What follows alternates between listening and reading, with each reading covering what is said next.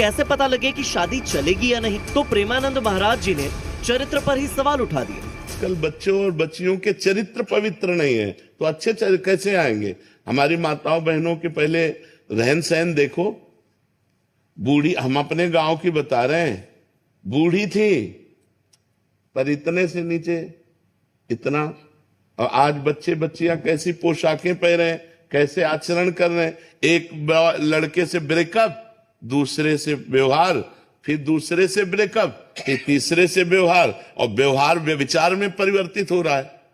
कैसे शुद्ध होगा? प्रेमानंद महाराज जी यही नहीं रुके, उन्होंने ये भी दावा किया कि 100 में से कुछ ही लड़के लड़कियां शादी से पहले पवित्र रहते हैं और उनका किसी से संबंध नहीं रहता हो। ऐसा नहीं होता। मान लो हमें 4 होटल के भोजन खाने की जबान में आदत पड़ गई है तो घर की रसोई का भोजन अच्छा नहीं लगेगा। जब 4 पुरुष से मिलने की आदत पड़ गई है तो एक पति को स्वीकार करने की हिम्मत उसमें नहीं रह जाएगी। ऐसे ही जब 4 लड़कियों से व्यभिचार करता है तो वो अपनी पत्नी से संतुष्ट नहीं रहेगा। 100 में कोई 2-4 कन्याएं ऐसी होंगी जो अपना पवित्र जीवन रखकर किसी पुरुष को समर्पित होती होंगी। कैसे वो सच्ची बहू बनेगी? जो 4 लड़कों से मिल चुकी वो सच्ची बहू बनेगी, जो 4 लड़कियों से मिल चुका वो सच्चा पति बन पाएगा।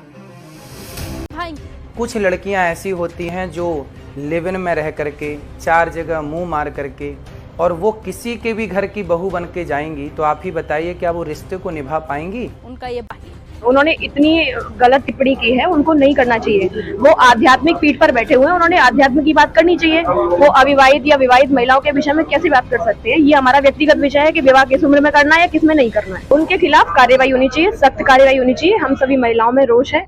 There have been controversial issues raised by Premanandaji Maharaj as well as Anirudh Acharya about the character of our youths, which is a burning issue in most media houses. Nowadays, the character of youths is not considered pious, in contrast to the olden days when women were accustomed to covering their faces. Nowadays, however, youths wear very peculiar and fashionable dresses as understood in gist from speech of aforementioned acharyas. Living in a relationship, breaking up with someone, and then living with somebody else symbolize adultery. Only a negligible percentage of youths maintain good character as understood in gist from speech of aforementioned acharyas. It is a matter of great surprise and concern that a brahmachari saint portrayed that only 4% of youths are pious and the rest are adulterous. It clearly signifies that those who hold such views may be of limited education and narrow outlook. To become a doctor, engineer, scientist, judge, journalist, or administrator, one has to study and struggle until the age of 30. Furthermore, co-education is mandatory. Most educational and training institutes also prescribe a dress code, such as wearing a blazer. How can these acharyas expect people to follow only a certain way of dressing? In every sphere of our life, be it medical, judiciary, police, education, or administration, the government has been recruiting women at par with their male counterparts. Thus, it is natural for both sexes to discuss, understand, and plan their future course of action coherently. It has also been commented upon regarding live-in relationships. The Honorable Supreme Court of India, after thorough deliberation, has delivered a historic judgment recognizing live-in relationships as similar to marital life and has assured certain rights to the couple. Thus, commenting against it is both unlawful and meaningless. The Government of India has declared child marriage to be illegal. Still, if someone opines that marriage should be solemnized at the age of 14, it amounts to a violation of the law of the land and can be challenged in a court of law.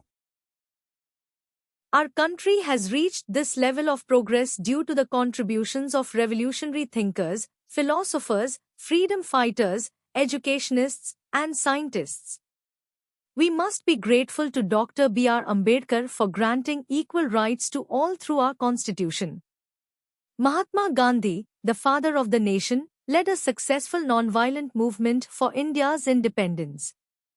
Ishwar Chandra Vidyasagar strongly opposed child marriage and championed women's right to education.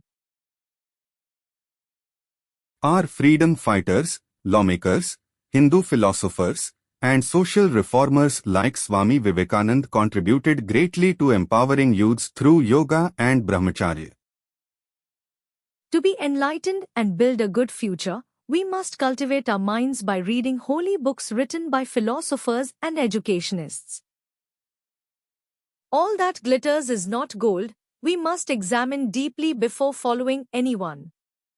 Kindly widely circulate the video.